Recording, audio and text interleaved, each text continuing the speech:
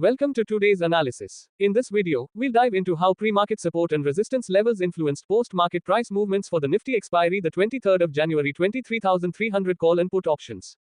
By the end, you'll have actionable insights to sharpen your trading strategies. Let's get started. First, let's quickly recap the pre-market support and resistance levels. Support levels included 179 rupees and 13 paise, 152 rupees and 77 paise, and 108 rupees and 12 paise. These levels act as buying zones, where prices tend to find strong demand. On the other hand, the resistance levels were 386 rupees and 72 paise, 379 rupees and 13 paise, and 313 rupees and 83 paise. These are key selling zones, where upward momentum often slows due to increased selling pressure. Understanding these levels before the market opens is crucial for identifying potential entry and exit points. Let's start with the Nifty the 23rd of January 23,300 call option.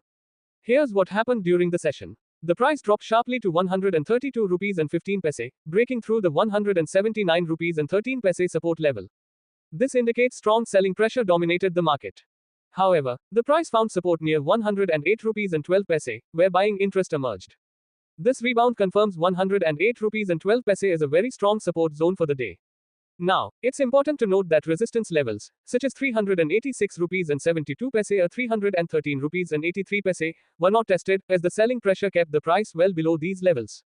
Next, let's move to the Nifty the 23rd of January 23,300 put option. Here, the story was different. The price surged to 200 rupees and 25 paise, gaining plus 18.26% by the post-market. It broke through 152 rupees and 77 paise and 179 rupees and 13 paise, turning these into new support zones. The price eventually touched 229 rupees and 11 paise, where it met strong resistance. This caused a slight pullback, confirming 229 rupees and 11 paise is a critical selling zone for the day. Key takeaway: bullish momentum in the put option turned earlier support levels into fresh buying zones. But resistance at 229 rupees and 11 paise slowed further gains. Here's how the pre-market levels helped traders during the session. Support levels identified buying zones. For the call option, 108 rupees and 12 paise acted as a strong flow. For the put option, 152 rupees and 77 paise and 179 rupees and 13 paise offered clear opportunities for buyers. Resistance levels provided selling zones. The 229 rupees and 11 paise resistance for the put option was a key area where prices reversed. These levels act like a roadmap, helping traders anticipate market behavior throughout the day.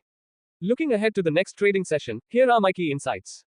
For the call option, watch if 108 rupees and 12 paise continues to hold its support. If it breaks, expect further downside movement.